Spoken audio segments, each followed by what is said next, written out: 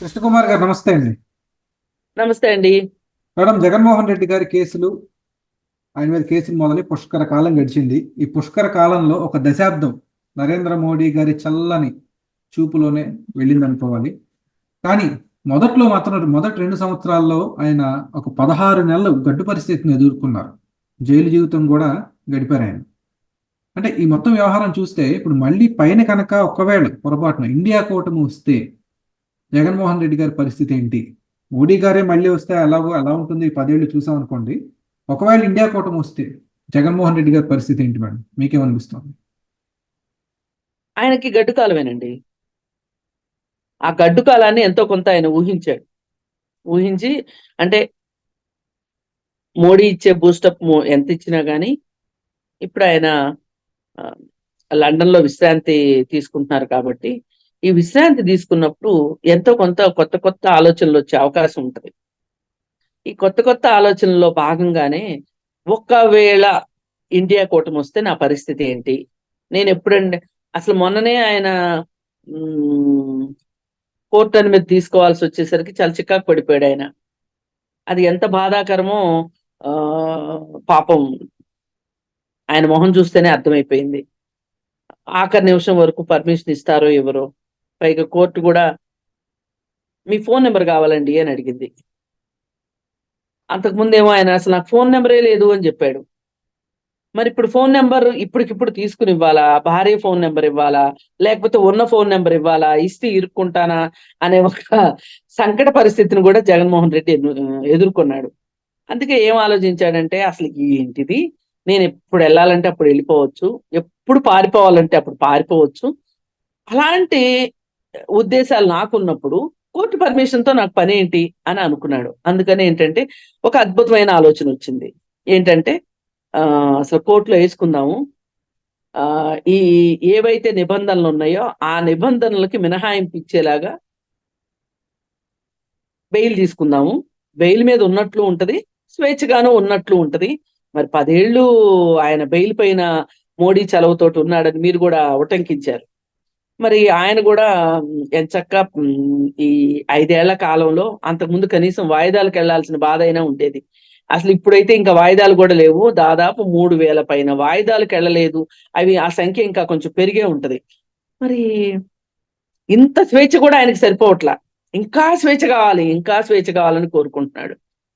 దానిలో భాగంగానే ఆయన ఇప్పుడు ఈ నిబంధనల సడలింపుకు సంబంధించి ఒక పిటిషన్ వేసుకున్నాం. పిటిషన్ వేసుకుంటే మాలాంటి వాళ్ళకి ఏమనిపిస్తుంది,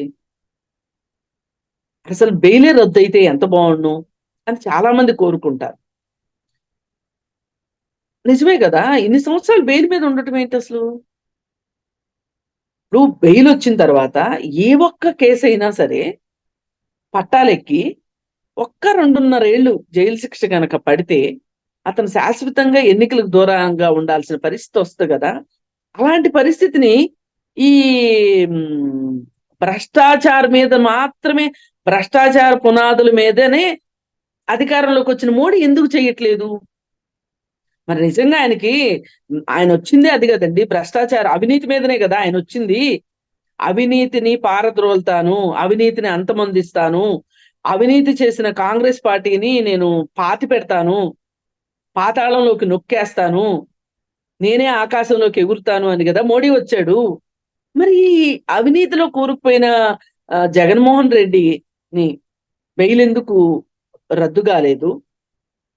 అలాగే ఆ కేసులు త్వరితగతిన ఎందుకు పట్టాలెక్కలేదు? ఆ మధ్య కాలంలో ఒక సుప్రీంకోర్టులో ఒక మాట వచ్చింది. ఏంటంటే రాజకీయ పార్టీలకు సంబంధించిన కేసుల్ని త్వరితంగా విచారించాలి అని వచ్చింది. చాలా మంది అనుకున్నారు ఇంకేమి మంచి పని జరుగుతుంది, చాలా మంది ఫిల్టర్ అయిపోతారు అనుకున్నారు. కానీ అది కూడా ఏమీ ముందుకు సాగల, అది కూడా నత్తనడకనే నడుస్తుంది.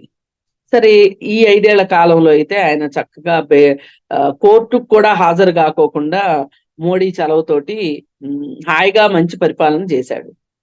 సరే, ఇది అయిపోయింది. ఇప్పుడు ఆయన బెయిల్ అడుగుతున్నాడు కదా, నిబంధనలు లేని బెయిల్ అడుగుతున్నాడు. అందుకని బెయిల్ రద్దయితే ఎలా ఉంటది అనేది ఒక అంశం.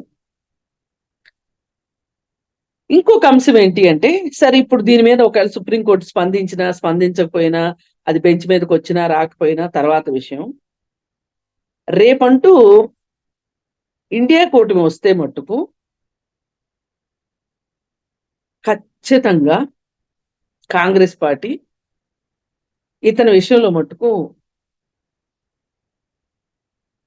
చర్యలు తీసుకోకుండా ఉండదు. అంటే ఏం లేదు, త్వరితగతిని చేయమని చెప్పక్కర్లా, చట్టం తన పని తాను చూసుకుంటుంది. ఆ చట్టానికి అడ్డం పడకుండా ఉంటే చాలు. నా ఉద్దేశం ప్రకారం రాహుల్ గాంధీ విషయంలో వాళ్ళు చట్టానికి అడ్డం పడరు. త్వరితగతిని ముగించే కార్యక్రమం చేపడతారో లేదో తెలియదు కానీ వాళ్ళైతే అడ్డం పడరు. అడ్డం పడకుండా ఉన్నా చాలు కదండి. మొత్తము 16 కేసులు ఉన్నాయి. 16 కేసుల్లో ఏదో ఒక కేసులో, అందులో జడ్జీలను కొన్న కేసులు ఉన్నాయి, రకరకాల కేసులు ఉన్నాయి కదా. ఆ కేసుల్లో ఏదో ఒక కేసులో 2 ఏళ్ళో 3 ఏళ్ళో జైలు శిక్ష పడింది అనుకోండి, పడతది అనే ఒక భయం కూడా ఉంది రాహుల్ గాంధీ చేస్తాడు అనే ఒక భయం కూడా ఉంది జగన్మోహన్ రెడ్డికి. అందుకే ముందు చూపుతోటి అతను నిబంధనల సడలింపు, బెయిల్ కోరుకుంటుంది. అందుకే అలాంటి పరిస్థితి వస్తే ఆ రోజున ఎక్కడున్నా దాక్కున్నాడు అనుకోండి, ఏ దేశంలో ఉన్నా ఉన్నాడు అనుకోండి, వెనక్కి రప్పించలేరు కదా. అందుకే ఇప్పుడు ఇది ఎవరికి అర్థం కాని ఒక చిన్న సైజు పథకానికి తెరలేపాడు. ఇప్పుడు రేపటి గురించి ఒక భయం అయితే జగన్ రెడ్డికి ఉంది. వైనాట్ 175 అని అరిచినంత ఈజీ కాదండి వైనాట్ 175 సంపాదించడం. ఇవాళ గెలిపే కష్టం అవుతున్న పరిస్థితుల్లో నీకు 30 సీట్లకి 40 సీట్లకి నేను ఇంకా చాలా మంచిగా ఆలోచిస్తున్నా, సహృదయంతో 30-40 అంటున్నా. సీట్లు రాని పరిస్థితిలో ఒకవేళ వచ్చినాయి అనుకోండి మంచిదే.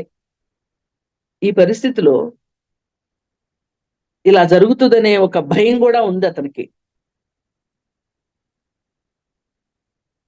ఈ పరిస్థితుల్లో అతను ఈ విధమైన సడలింపులతో కూడిన బెయిల్ కోసం వెళ్ళటం అనే వెనకమాల ఇంత ఉంది. ఏదో ఒక రోజు అతను దేశం విడిచి పారిపోవడానికి సిద్ధంగా సన్నద్ధం అవుతున్నాడు అనేది కర్ణాకర్ణిగా వినిపిస్తున్న విషయమే అది. దానికి మోడీ ఇతోధికంగా సాయం చేస్తాడు. ఏది, మోడీ పాలన వచ్చి మళ్ళీ దేశంలో జగన్మోహన్ రెడ్డి సీఎం అవ్వకపోయినా అతనికి పూర్తి రక్షణ ఉంటది. కానీ ఒకవేళ మోడీ రాకపోతే నా పరిస్థితి ఏంటి అనుకునే దానికోసమే ఈ చిన్న ప్రయాణం. చూద్దాం మేడం ఏమవుతుందో మరి. జగన్మోహన్ రెడ్డి గారు కోరుకున్నట్టు జరుగుతుందా, లేకపోతే ఆయనకి వ్యతిరేకంగా ఏమైనా జరుగుతుందా అనేది కాలం చెప్తుంది. ధన్యవాదాలు.